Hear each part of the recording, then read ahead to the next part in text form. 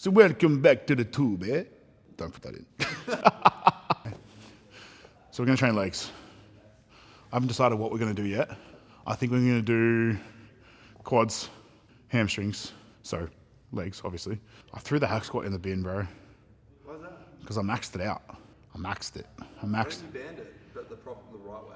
As in band it to make it harder. Yeah, like the way people should be doing it. You might be onto something here. I reckon they've got to bring back 1v1s. Yeah, like 1v1s, just pose downs.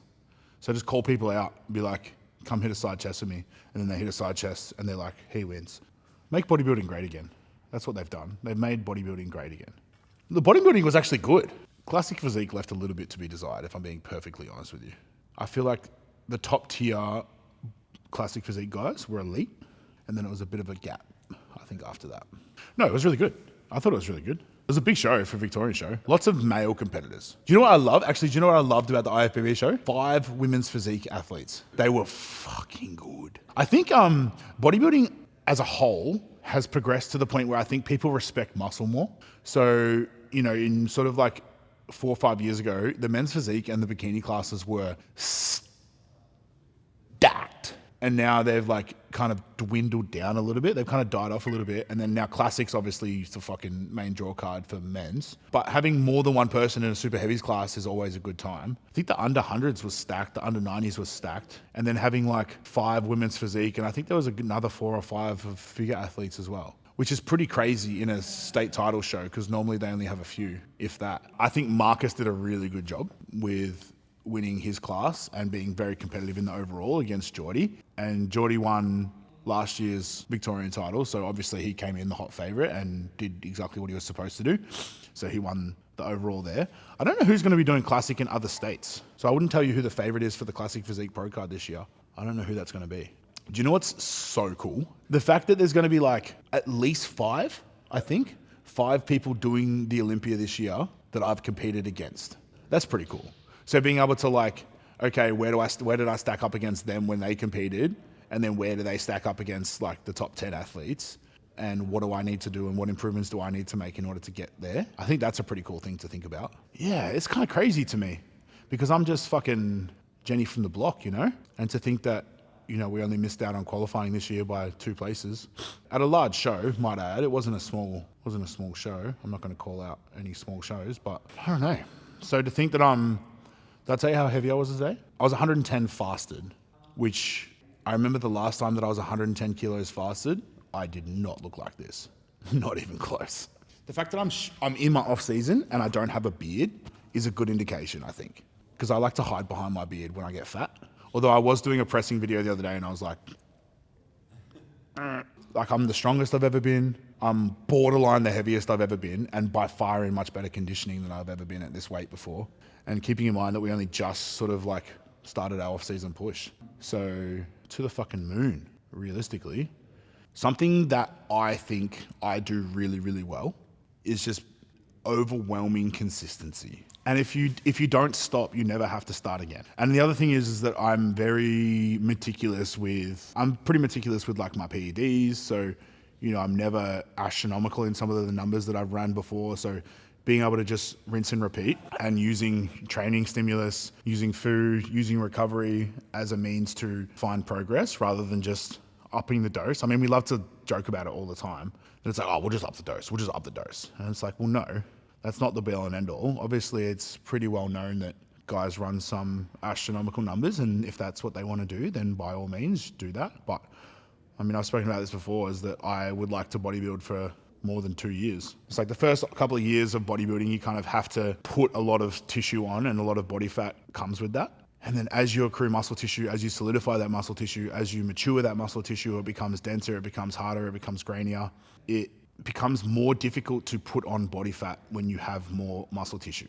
And I think that's how, and we spoke about this at the seminar that we did, is that no 2 bodybuilding preps are going to be the exact same, even for the same athlete. So even when I prep, every single time I prep, there's nuances and there's intricacies and things that we change. Obviously we have the guidelines in what we know works for me specifically. You know, I'm someone that responds really well when cardio goes in. So we've never had to like hammer the cardio in the past, with exception to that one prep where I had to make the amateur weight cut, but we're never going to speak about that time ever again because that was diabolical. So I was about 109, 110 kilos, and I had to get under 92. And I wasn't fat by any means necessary. Oh, sorry. I wasn't fat by any stretch of the means, but I was fat for me. You know, I stay in pretty good shape all the time, but I was definitely fluffy for sure. Whereas now, if I had to make 92 kilos right now, cut a leg off, bro. Like cut an actual leg off. Oh, I could get, and this is why bodybuilding is so cool. Is because if I wanted to just hit a weight, and bodybuilding is not a fat loss competition. It's not how skinny can you get, how much fat can you lose. It's a presentation of your physique. So like if I wanted to make 92 kilos, I could, but I would look like a sack of flaccid dicks. 100%, I'd have to atrophy. So for me, and especially from like a bodybuilding standpoint, and once you get into like the higher ranks per se, when there is a lot more muscle tissue, and it becomes a balancing act of muscle, fullness, conditioning, symmetry, posing.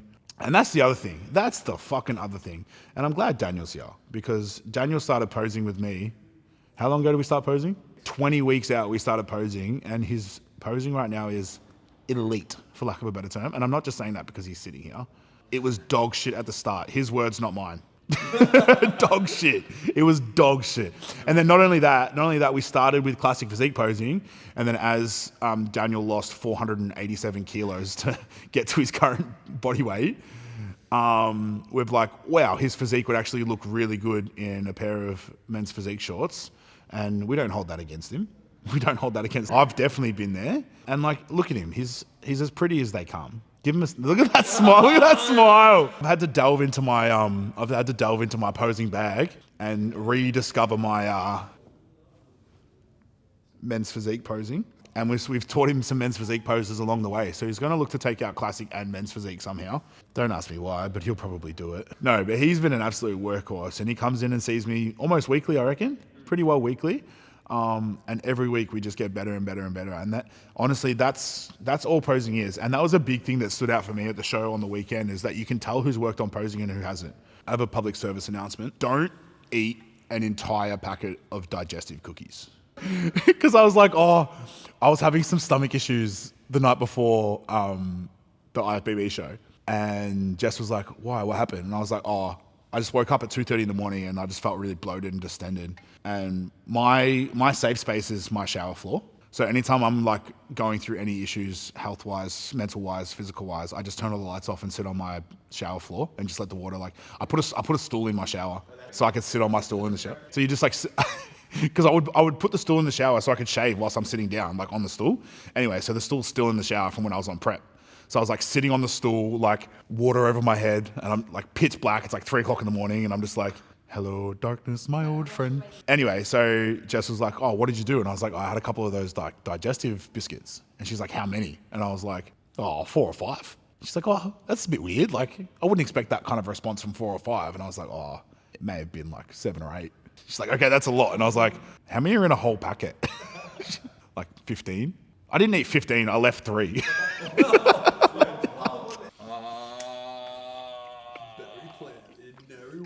I'm gonna go see the number one agent in Nary Warren, Barry Plan. Get the star. Barry Plan. It's just Nary Warren. If you need to sell a house, if you need to get rid of a property, whether that's residential, whether it's an investment property, I want you to call one person, and her name is LeBron James.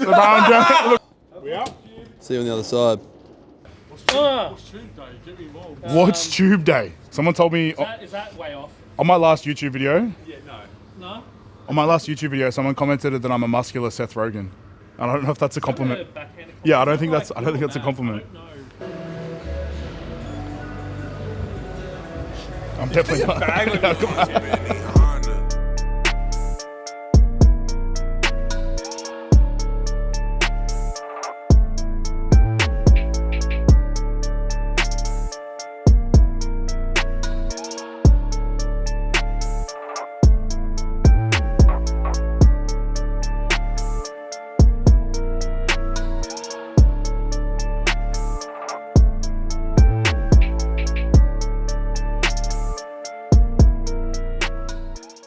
for where I'm at right now in my off season, I think I'm exactly where I want to be. The fact that I'm at that weight, I'm at this weight with this body composition, eating this much food, taking this much from a PED standpoint, like this is exactly where I want it to be. And it's always really good when you sort of put a plan in place and that plan starts to unfold the way that you want it to, and you see the results that you want to see. Kind of just reaffirms that we're doing all the right things. So what are we just started October? So I've theoretically got another 6 months until we have to start prep. That's like a lot of time to really put some tissue on. It's less about a weight, it's less about a number and more about a look. You know, if I can be fuller and bigger all over while still being able to pull a nice vacuum and have my waist not blow out, that's more important to me than sort of hitting 117 or hitting 120. Like a lot of guys get caught up in like, oh, I've got to hit this specific weight before I start prep. And then they hit that number and start prep straight away. And then they lose 4 kilos in the first week of prep anyway. And it's like, okay, what was the point of getting to that number if you just reduce, like removing all that water weight first week anyway? So it's more about getting to a weight, getting to a look, and then more importantly than getting to it, it's holding it. So if I can get to that look at 115, 116, 117 that I'm really happy with, and then I can hold that look before we start prep, then that will make me ecstatic to think that and then we kind of recomp at that weight as we start prep. That's the main focus. Yeah, there's nothing worse than starting prep and losing 4 kilos in the first week of prep. That's the most like arbitrary, like stupid thing in the world, in my opinion. So I kind of always start my leg days off with like the same sort of variations of like a hip movement, a single leg hamstring movement, and a single leg extension movement. So moving all my joints, creating blood flow, creating stimulus in the areas that we're going to work on. So I'm not going to take any of these exercises to like a crazy stimulus, but getting a sufficient amount of work and a sufficient amount of blood flow that when we do move into our heavy compounds, which I think today the Smith squat will probably be the first thing we do, we can really like dive into it and like really get a good contraction out of what we want to get out of the movement. It's more important than just aiming for total load or aiming for, you know, another variable that's probably not conducive to bodybuilding.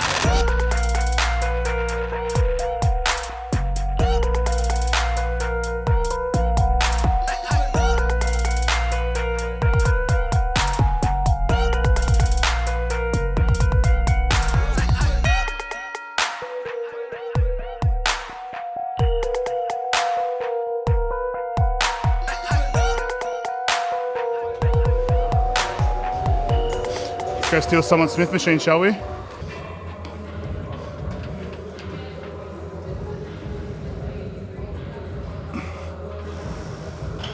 think I might need to bring that. Oh, I can't back squat a barbell with no weight on it. I physically can't do it. I need downward pressure. And when I'm on an incline bench, I can't touch my chest with the bar unless there's weight on the bar pushing it down. Yeah, it's so bad.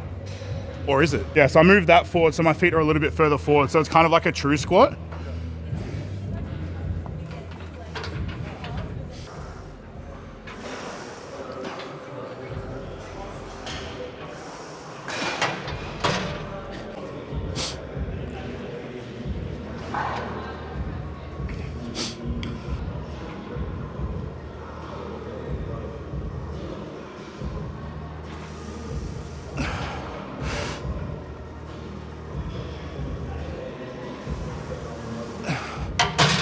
Cool.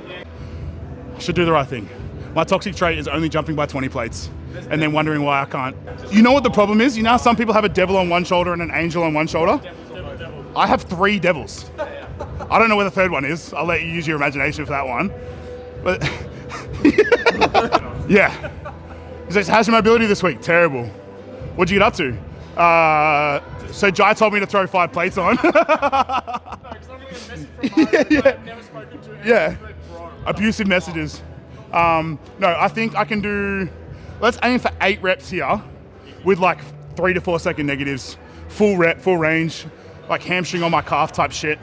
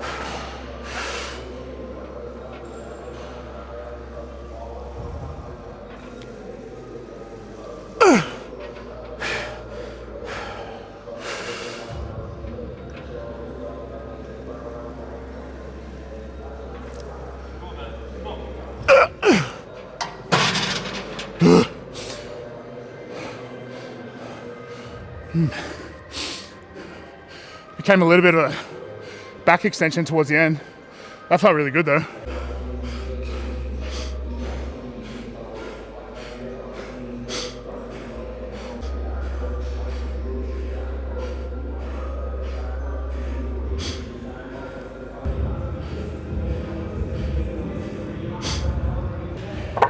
Yeah, I feel good. Feel like adequate stimulus without putting it in the wrong places. This is like the go-kart version of a leg press because it's like you're so low to the ground.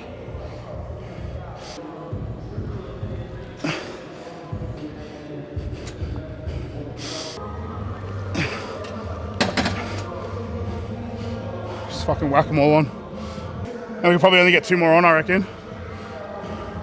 2, 4, 6, 8. So 10 aside. And then, well, yeah, I was thinking maybe if we can put a band on it as well. Might not need it. If we do 10 plates aside and then aim for like 12-ish with like slow, pause, squeeze, all that bullshit. That's one thing that's really different about me being this size now compared to last year. It's like my mobility at 110 kilos last time was ridiculous. Like it was so bad, probably because I was fatter. People are like, how bad could it have really been?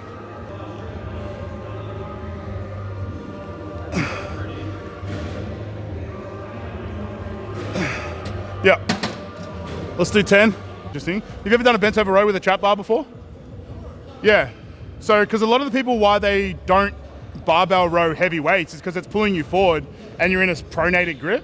If you're in a neutral grip and you're more centrally loaded, being able to barbell row that way, as long as you don't hit yourself with the actual trap bar, you'd be pulling it lower rather than like an upper mid back. Yeah. Especially because you're a little bit wider in the trap bar rather than being like bent over row. Yeah, yeah. That makes sense. Fuck around with it next time. I might play around with that. That's interesting. Okay. I might have just come up with it. The Mad Orchard row. Trademark. All right, we'll see how this feels, I suppose.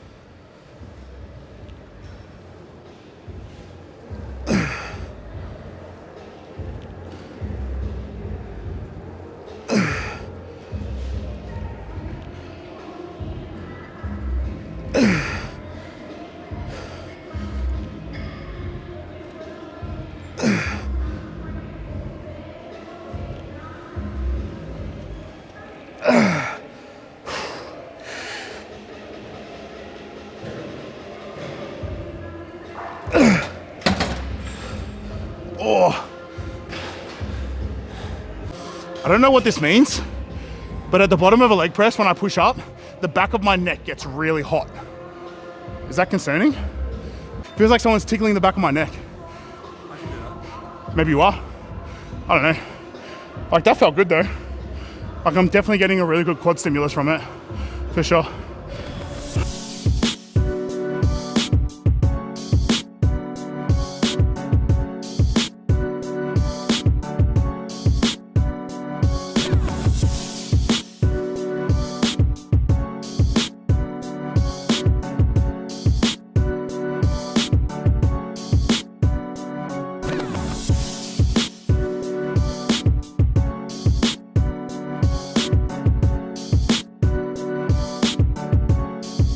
Oh, fuck.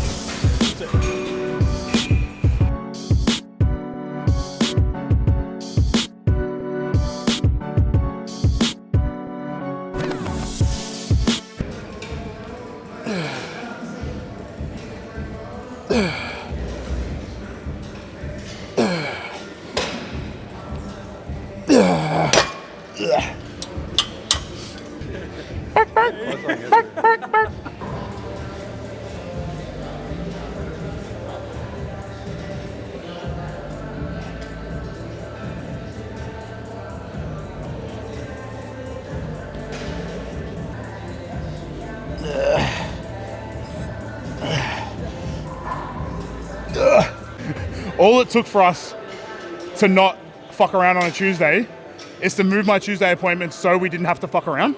And now we finish early.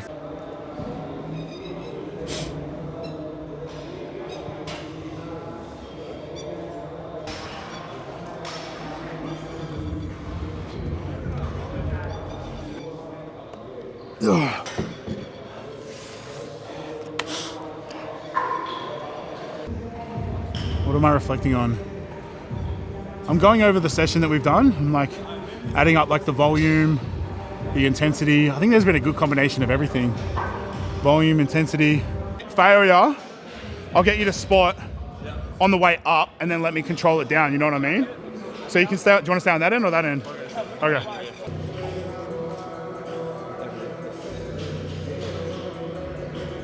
What about there? That's the way. It's not too bad.